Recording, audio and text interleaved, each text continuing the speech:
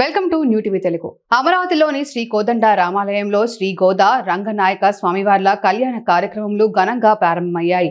ఈ కార్యక్రమంలో ఆర్యవైశ్య మహిళా మండలి అధ్యక్షురాలు పారేపల్లి పుష్పలత ఆధ్వర్యంలో నిర్వహించారు. ఆమె నేతృత్వంలో సామూహికంగా పసుపు కొట్టి పనులు ప్రారంభించబడ్డాయి. ఈ కార్యక్రమం విజయం సాధించడంలో ప్రతి ఒక్కరి సహకారం ఎంతో కీలకమైంది.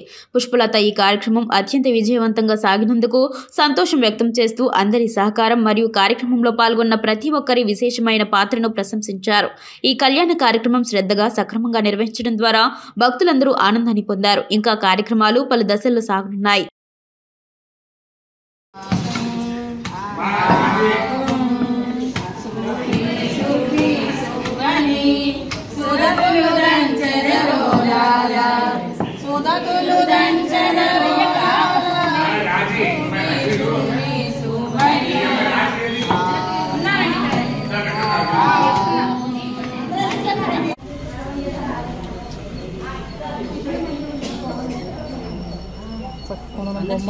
నాకు తెచ్చినట్టు పోయి